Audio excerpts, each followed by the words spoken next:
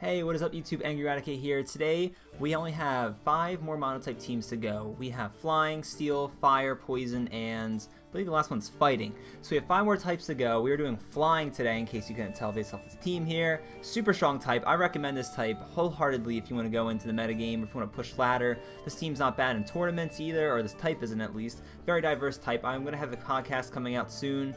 I think it'll probably be coming out 2 days after this is coming out, which will go over the top tier types. It goes over a lot of the more like simple, a lot of the more like finer details for flying. So definitely check that out as well. In addition to this guide, if you know a little bit more about flying. But for this team right here, Landorus-Therian, Choice Scarf set, Choice Banded Dragonite, Charizard-Y, Leftovers Skull with like Defog, Mantine, pretty much a normal Zapdos set, and then a Skarmory which can Whirlwind and set Stealth Rocks. Alright, so first with Landorus-Therian, obviously a Choice Scarf set, pretty standard. I do run knockoff instead of Superpower. I feel like the coverage is kind of not redundant, but like not needed, because Dragonite, I do believe Dragonite runs. Actually, I don't think he does. Yeah, it's Dragonite. We don't run Superpower on either Landorus or on Dragonite, so if you want a Superpower user, you can run on one of those. I do believe I do run Focus Blast, however, for that fighting coverage on Charizard. If you don't like the coverage though, obviously you can run, or you don't like the accuracy of Focus Blast on Charizard, feel free to run it on Landorus or on Dragonite. But right here we have an Attack Nature like usual for my Choice Scarf sets. Pretty out of the, not that it makes that much of a difference, but I know a lot of people will run the Speed Nature, as I always mention that every single time. But I just like a little bit of extra damage, help net some one-hit KOs and whatnot. This thing I use as my lead for most of the time. I think in almost all the fights I lead with Landorus-Therian. That U-turn options is so nice to get them pivot out into one of your walls, because this team has really good core and really good sweepers. It's kind of like a really good solid balanced team. Up next we have Dragonite. This is our wall breaker of the team. Landorus-Therian, while also being a good lead, can also can also sweep later in the games. While you don't like, because Charizard is kind of like lacking in the speed there. Dragonite also can do that with extreme speed. However, it's mostly used to wall break with super strong outrages and earthquakes, and his other moves are pretty strong too. But outrage, if it's not resisted, it's gonna have a very worst 2-shot, if not outright 1-shot. He does lack in speed. I do run an Attack Nature on this guy as well. Mostly because with Multiscale intact, you're not going to be worrying about getting one-hit KO'd. Obviously, something like Life Orb Ninja out one-hit KOs it anyway, but you're not fighting that too much. You're not going to keep a Dragonite in against that anyway. You most likely switch into your Mantine. But this thing again, like you want to send this thing out early fights to kind of help like wall break down some stuff, like break down their Landorus-Therians, break down their cores like Ferrothorns and stuff, mons like that. The Fire Punch is super helpful for that. Extreme Speed's a great option to pick off weaker stuff. Things are just kind of faster, which would otherwise kill you. Outrage, Great Stab, and Earthquake again for some coverage. Alright, Charizard-Y. You can run Charizard-X on this team as well. I just like the Sun. It doesn't really work too well with the rest of this team though. I just like Charizard-Y a bit better than Charizard-X in the current metagame. I feel like it's kind of hard to set up with them a little bit. This team does have room though for the setup, so feel free to run that. Fire Blast, Solar Beam, Air Slash, and Focus Blast. I think mostly because I don't have a good special sweeper besides Charizard-Y. Like some of my walls came with Mantine and Zapdos, but they're not that good of a wall. They're not that good of a special sweeper. So you kind of need Charizard-Y a little over Charizard-X. You can run a fully attacking team, but then like the teams that have more physical walls are going to be able to beat you down. Fire Blast, Solar Beam, Air Slash, Focus Blast. Great coverage. You can run Protect or Roost. I know a lot of teams will do that. I want to switch it up at least a little bit on this team. I do run a Speed Nature on this. You can run an HP investment if you're running Roost or like Defog. Or Protect even to give him a bit more survivability. Then you do kind of sacrifice some nice coverage. Air Slash probably has the least amount, but it is nice for those flinches. You can really kind of close out a game if you need some hacks, and it's not a stab move, which is helpful against quite a few Pokemon. Again, this thing, kind of like Dragonite, isn't super fast. It's what? Base 100, so it's not super fast even with the Speed Nature. So you're not going to be using this to sweep through teams so much as is to punch some holes through walls and get some nice switch-ins. You'll see in some of the fights. But yeah, it's definitely a valuable member for the team. Up next we have Mantine with Leftovers and Water Absorb. This thing's super helpful with a lot of your team is weak to water. Well, Zapdos and Charizard are, and not Zapdos, Landorus and Charizard are, and Zapdos and Skarmory are usually losing to a lot of those special sweepers that are water, such as like Kingdra and among a few others, like the rain teams that are going around right now. But for this set, HP and defense investment make it more of a mixed wall. You can go special defense if you need it. However, it is still already over 300, and you still have 373 HP then. So it really is up to you. Scald, Toxic, Defog, and Roost. We have 2 Defog users in this team, Zapdos and Mantine. So you got 2 options there for defaulting. Because on flying, obviously Stealth Rocks is going to cripple almost all of your team, with something like Charizard taking freaking half of his health. That's outrageous. Dragonite, obviously, the only things that are like not weak to it are Landorus and Skarmory, while Dragonite, Mantine, and Zapdos obviously take 25%. So you need at least 1, most optimally 2 defog users. I wouldn't recommend 3. You're kind of wasting move slots at that point. especially since you would have to run it on Skarmory, which is kind of contradictory with Stealth Rocks in the same set, or on Charizard, which you're kind of wasting a move slot then. Alright, then up next we have Zapdos, HP investment, some special defense, and speed. Base 80 speed is to outspeed. I forget what his speed calc is for that, but I'll link that down below. But other than that, we have Volt Switch, Heat Wave, Defog, and Roost. Pretty basic, kind of like not a mix wall per se, but has some good special bulk. His defense is kind of lacking there, but Volt Switch is nice to kind of get some stuff in, some of your slower stuff, or your more frail stuff like Charizard-Y, Mantine into a bad matchup, or just to kind of see what they're going to throw out. If they're throwing out an electric type move, thinking about switching to Mantine, you go into Landorus then, kind of play some mind games on him a little bit.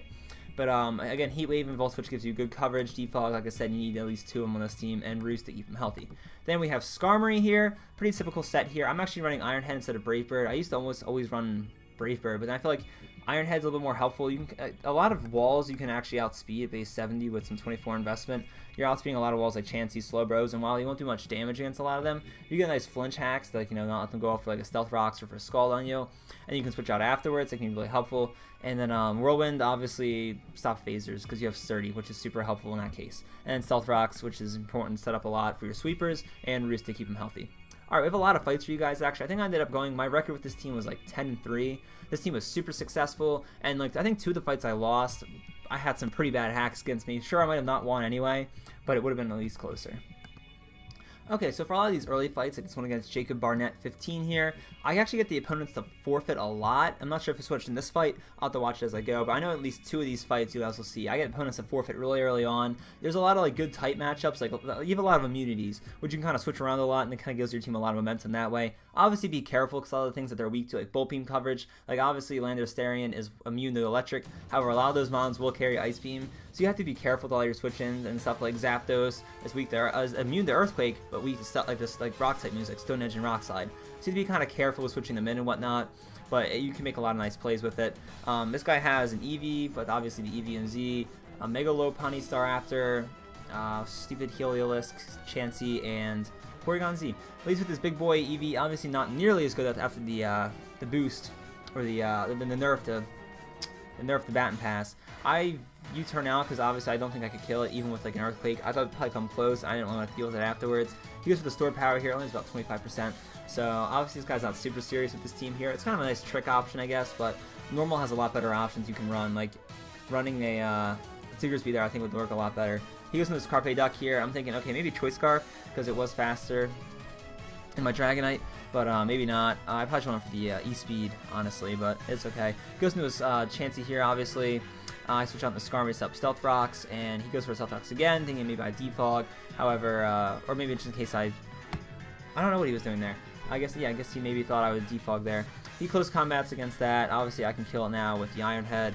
And we're up 2-1. However, we have to get rid of Stealth Rock still because we're kind of in a bad spot if we don't. So he has a nice advantage there. It goes into Smanita. He has a Volt Switch. I thought maybe he wouldn't go for something like that, but I guess Volt Switch was the right move in case I switched out. Then he could still get the momentum. Let's go into Landorus-Therian, which is kind of a risk because I think they can run him Power Ice. So I don't want to take that risk too early on. It's a close fight, and I think it's kind of a bad matchup with Ice Punch on this and then Ice Beam on Porygon Z, so I have to be kind of careful. Keep my Landorus-Therian alive here. Get a nice Earthquake there. It goes into his Carpe Duck. I'm thinking, okay, he has to be Choice Scarf now. But I kind of risked it. I don't want to switch anything else in against it. But I get a nice kill there, and he ends up forfeiting turn 12. So, like I said, I mean, obviously the fight would have been over pretty soon anyway, but a lot of people got, I guess, not salty. I guess some of them probably were salty, but a lot of people ended up forfeiting, not just finishing the fight through. They kind of felt overwhelmed by the power this team has and the defensive capabilities. Up next here, we have Alto Cardiacivic Civil. This guy was, I think it was this guy, and I think it was the next guy who was a troll. I'll let you know what happens with that. He has a fire type team here. Charizard-Y, Ninetales. Maybe it could be Charizard-X. He does have the other Sunsetter and Lulin. Actually, I think he ends up being a Solar Power Ninetales, so probably Charizard-Y. Volcarona, what you would assume. I know it's a Charizard-Y. Arcanine, Talonflame, and Alolan Marowak. Options for the lead. Talonflame's not a bad one. It's like Choice Band with U-turn. Alolan Marowak's not a bad option always. And one of your Sunsetters, I thought maybe Ninetales. It wasn't, but it ends up being like this Solar Power. Leads to his Talonflame. Here we go for the Stone Edge. I'm not sure what he was trying to do there. Maybe U-turn out. Maybe he wasn't. I didn't realize I was Choice Scarf, I guess. Maybe he thought I was like the Flying EMZ, so which is more popular. I obviously switch out here into Mantine, thinking, okay, can wall this if it doesn't have the stupid Electric type move, which obviously it wouldn't go for against a Landorus-Therian when I'm locked in the Stone Edge. But but he goes into his Ninetales here. I get a nice Toxic off on that. I can kind of wall it off here now. He goes for the Solar Beam, and even though I'm not specially bulk, I don't have any special investment. It does like under half. One does 29%, so we're able to kind of just wall it out with Roost and then eventually skull it down a little bit. And obviously he goes for the Side Shock here, thinking maybe maybe his defense is a little bit weaker, but I'm actually defense invested, so I'm able to actually wall it out really well there, and just Roost off, and then he's gonna die next turn after taking the damage for it. But yeah, he's going to end up dying because of that now, because of the Life Orb and then that. So that's him out of the way, and he forfeits there, and he ends up saying, he spoils Game of Thrones, or tries to at least, but I don't really deal with any of that. So it doesn't really matter. He was trying to get the best of me, but it didn't really work there. We got a nice easy win there. At that point, obviously 4v6 against Flying. I still have Landorus-Therian, who has Choice Scarf and Stone Edge to finish off the rest of his team. And it works super well against his team. Unless they have like a Choice Scarf user like Victini, you don't have to be too careful using Flying against it, as long as you have Landorus-Therian on your team. Okay, my thing's not loading 100% right here, but we have a fight against Nico Cross 20XX. He also kind of forfeits really early on. He has a Rock-type team, so you think he has a good matchup, but Rock's just not that strong in general. Oh, look, they're popping up. Crustle and whatnot. But he has a Lycanroc. I think that's how you pronounce it. Lycanroc. Midnight form, obviously. Crustle, Aerodactyl, Minior, Terrakion, and a Tyrantum. Kind of a more hyper-offensive Rock-type team, which kind of, like I said, if you want to watch my podcast, I go over... Each week I've been going over like 6 different Monotype teams. I kind of like tiered them up, not to like advertise my videos inside of my own video, but I have a low tier video, a mid tier video, which probably is coming up in a few days. Actually, no, I think it's coming up. I think it's actually, I'm not sure if mid tier, I'm not sure, I'm trying to think of my schedule now, but I'm going to have 3 videos eventually come up for my mid tier, or my tier list for Monotype. And Rock's obviously super near the bottom, it's a very bad type, but it does have a good matchup here, at least a decent one. However, I do have some Mons. Lycanroc was kind of a weird setup, a weird lead. I thought maybe Crustle or Aerodactyl would come out, but maybe he thought he maybe make a switch up move there. I end up U-turning into a Skarmory here to kind of wall out whatever Lycanroc can do at -1 for attack. He goes for the Crunch here, only does 9%. Does less than Stone Edge does by a lot, obviously, because I think it's not stabbed, unlike his Stone Edge. And Crunch is like 9% again. I Stealth Rocks up, and he's pretty much done at this point. He crunches again, however, we can just knock Iron Head him again, and that's his Lycanroc taking care of one of his good sweepers, which can take care of a lot of my Pokemon, I think. Like, it's weak to, like, it eats, like, I guess 3 of my things, at least Charizard-Y, Mantine, and Zapdos here. He actually ended up getting really greedy here. He tries going for a second Dragon Dance. I guess he kind of had to win this fight. And maybe he should have went for the Fire Fang there if he had it. I ended up Whirlwinding him out, though, and those Aerodactyl kind of forfeits at this point. And actually, he Mega Evolves and fights for like 2 more turns, I think. He goes for the Rock side here, does about 25%. We get the Iron Head off anyway, does about 54 to him. And I think at this point he kind of forfeits. Yeah, he forfeits. And that's the game. He wasn't going to win that fight regardless. I still had Landorus-Therian with Earthquake for a lot of his stuff once the Aerodactyl went down. Minior wasn't going to be too big of an issue. Terrakion, if it was Choice Scarf, maybe it would give me some fits. However, if Skarmory was still alive, it can generally wall it out, at least for a little bit, and kind of whirlwind it out a few times. But maybe Mantine if it could tank the Stone Edge if it wasn't Choice Band. I don't know. I am defense invested, so it would have been kind of close. I think he kind of gave up a little too early. It was still maybe not an easy win by any means. It was definitely a hard one, but he could have maybe pulled it off. Up next, though, we have JKR Dre.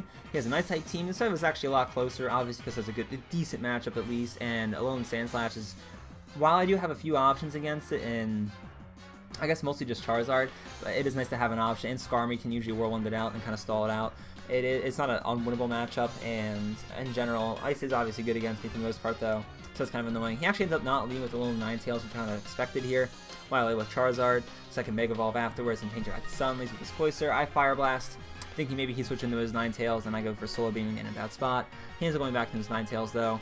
Sets up the Aura Veil. I missed the Fire Blast. Obviously, wouldn't have killed probably, but probably would have done some of these decent damage and at least worn it down. He goes into Silvally here, actually. This thing ends up being actually a lot bulkier than I thought it would be. It ends up, obviously, Flamethrower is going to truck through Skarmory. I get a chance to set up Stealth Rocks, though, because that obviously can kind of cripple his team. Look at, like, Articuno taking half his health. Obviously, I want Ninetales coming in as few times as possible, and obviously, Glaceon doesn't appreciate Stealth Rocks being up. Stone Edge only does 35%. Obviously, the Aura Veil was up, but that takes care of my Landorus-Therian as well, which would have been a great option against a lot of his stuff. Maybe even outspeeding Alolan Sandslash with the Choice Scarf. Heat Wave does like practically nothing here, and Ice Beam's going to come out and do about half. I do believe I Volt Switch here instead to keep him alive, kind of wanting him for like some of his other threats. I go into Charizard-Y here, and Ice Beam even comes out and does about half his health. So I kind of need Charizard-Y to counter the weather of Ninetales. I can kind of keep stacking off things as long as I keep the Sun on my side and keep taking them out, because I have stuff like Fire Punch on Dragonite, Fire Blast on Charizard, I have some decent options against his types. He doesn't really have anything that's kind of like not weak to fire besides Cloyster. I think Lapras probably would have worked on the team a little bit better than Articuno. I guess he does need the Defog user, but he hasn't gone for it yet. He ends up freeze drying here against Mantine. I do freeze. However, I have Scald, obviously. I'm going to go for the Scald here. It does only have 13%. However, you know, every bit of damage racks up with that Stealth Rocks. What I'm going to try, what you'll see me do here is I'll keep trying to switch into Charizard-Y to keep the sun up, and then he'll switch out, and I'll switch back in. And since I have more members, I'm able to kind of stall him out to a good extent. And it's really helpful there. Cause like here, he's down to just 2 members now, and I have 2 members to sack off. He goes into his Ninetales. I'm going to switch out here into Zapdos, I'm pretty sure. Yeah, just to get in the Zapdos. I'm pretty sure he goes for the Blizzard here. I'm okay with that. I didn't want Charizard to miss the Fire Blast. And besides, if I had the Sun up here, it's actually going to end up helping me in the long run. We can go, he goes into Sand Slash here, and we hit the Fire Blast. That was probably his only real option, because Ninetales is just going to die. Actually, I think it goes first here. Yeah, it was faster, it's max speed, but it actually doesn't kill, so it wouldn't have killed, and then Sand Slash, I could have switched out and then went back into Charizard. As long as I hit the Fire Blast, I would have won. Alright, so after that nail biter of a fight with a lot of like mind games involved in it towards the end with the whole switching out and whatnot, we have more of a straightforward fight against Negro Kirby. I fought this guy before. If you guys have been watching my videos, you've probably seen me fight this guy a few times. I think he actually almost always runs Bug too. He actually ends up winning this fight. I missed like I think 3 moves. I think I missed like 3 Stone Edges on Landorus-Therian. 2 of them really kind of cost me. He has Mega Pinsir, Arachnid, Volcarona, Galvantula, Armaldo, and Buzzwole. So I thought like maybe an Armaldo lead, maybe a Galvantula. I love with Landorus-Therian here. I missed the Stone Edge turn 1. Would have done about half his health at least. He knocks off my Choice Scarf, which really hurts because now I'm not automatically fast and a lot of stuff. I missed the Stone Edge again there. He goes for Stealth Rocks. Now I'm already down because he has Stealth Rocks up. Goes into his Buzzwole here. Now we hit when it doesn't really matter because we only do about 27%. Go for the knockoff here, thinking I don't want him having his Choice Band, but he actually has a Figgy Berry, which obviously will boost after he takes enough damage. I do Stone Edge there to get rid of his thing. He does Bulk Up then, however. So I U-turn here knowing I'm faster and I get some nice free chip damage at least, going to Skarmory, and he subs here. I know I can just go for the Whirlwind. He actually has Focus Blast though, not Focus Punch, which really hurts my Skarmory a lot. Luckily we don't die to it somehow. Goes into his Arachnid. I kind of have to sacrifice Skarmory here. I actually am faster, go for the Stealth Rocks. I don't want to switch anything into a Liquidation from Arachnid. They actually hit pretty hard, and I do believe here I missed another Stone Edge, which probably would have taken it out. They're really weak on the defensive side. So we could have had Armaldo out and the Arachnid. It would have been at least a 4v4, and my Landorus-Therian would have still been alive, probably. At least I would have, you know, it probably would have been alive. But the Mantine here, Liquidation actually heals me. I made a decent play for once. Actually, I wasn't playing that bad this fight. Just like a lot of the Stone Edge misses, like I said. Get a chance to Toxic Sale eventually here. I can't switch back into Landorus-Therian, so I have to eat the Volt Switch. I don't want to switch anything into that. And it really sucks now that I can't really defog the Stealth Rocks to kind of keep. I have to try to do it, but he obviously can just Stealth Rocks back up against Dragonite. I defog here, breaking these things down. He actually Rapid Spins himself, so I was debating kind of just switching in Dragonite here. I actually go for the Volt Switch just in case, because I know it's a bit faster to go into Charizard. But he does go for the Predict Rock Blast here and takes out Charizard, so that obviously hurts a lot. I do believe here I go back into Zapdos just to kind of give, you know, Dragonite enough time to try to keep Stealth Rocks off the field. Heat Wave does about like that much damage. I end up getting taken out by the Rock Blast. He hits 3 times, of course. Couldn't just be like, you know, the lucky 2 hits there to keep myself out of Outrage for at least another turn. But we go for the Outrage here, so I was going to take that thing out easy. He ends up going to his Buzzwole. Actually, it's Galvantula here, and he goes for the Volt Switch to break my... that's the right play there. He goes and breaks out my thing. Anyway, he sacks off his Buzzwole, so he played it perfectly, you know, there. He wasn't taking any risks. Goes back into his Galvantula. Hidden Power Ice comes out. Doesn't actually take me out, so I'm thinking maybe it's a Focus Sash set, not so much the Life Orb set. Obviously not the Life Orb set because he didn't take any damage. Maybe a like a Expert Belt set. And of course, he goes into Pinsir and he quick attacks and finishes off the fight. Then leaves immediately because, you know, he's like, oh, I'm so good. He's actually not that highly rated. He's only like 1200. Right. I think at the end of my fights, I was around like 1350. So, right around, with most of my good teams, I end up right around there. Maybe 1400 if I have a few good teams in a row. But this team, as I said, I went like 10-3 with this team, so it's super strong. We have one more fight. Let's go check that guy out. Against Dark Assailant 1. I don't think I fought this guy before. Actually, this is a terrible match. It looks like a terrible matchup. It is pretty hard to win. I make a lot of nice plays you'll see in this fight. Probably shouldn't have stayed there for last because a lot of you won't be here at the end. But if you are here at the end, I thank you a lot for that. Here's a Zapdos, Tapu Koko, what was that thing called? Electros, Electivire, Rotom Wash, and Galvantula. Kind of annoying that 3 of his members of his team aren't able to be hit by ground type moves, which kind of, you know, is really sucky. But really dangerous team because a lot of them have the ice type moves that kind of take out the things that I'm not, the things on my team that aren't weak to electric, like Landorus-Therian. So I have to be really careful with my predicts. I took a lot of risks in this fight, but it actually ended up paying off. I have some nice mind games on this guy. You turn out into that. He goes with a high jump, gets the heal off there. He ends up going for the Thunderbolt here. We do, however, tank this. I don't think I did a damage calc before that, though. I get the Toxic off on Run and Wash, though, and I thought, okay, if we're going to win this fight, we have to make the plays. So we stay in thinking, he probably thought I would go into like Landorus-Therian there. We stay in, though. We took that risk. Playing the mind games, thinking he'd probably switch. Goes for the Thunderbolt again. I knew I could tank it unless he critted. He ends up high rolling there, I think, because it did a little bit more damage. We're back up to about 64% HP here. I actually switched back into Landorus-Therian now, and we get to predict again.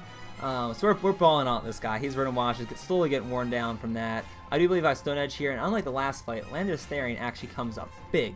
Landorus-Therian comes up and actually hits that there. We switch out into Mantine here, and he goes for the Ice Punch. We have to predict again. However, he's faster. But now we do at least waste 20% of his HP going for a second move with the Life Orb. So he's down an extra 10% HP there. We are out of Mantine. However, he doesn't have any more water type moves, so it's not as important to deal with. He goes into Electros. I U-turn here thinking, okay, there's no way he isn't going to Zapdos or his Electros. Dragonite here, Choice Band is obviously going to take out Electros. I knew he would go into his Tapu Koko here, however, so that does kind of suck. I don't really have any other good play, though, against Electros.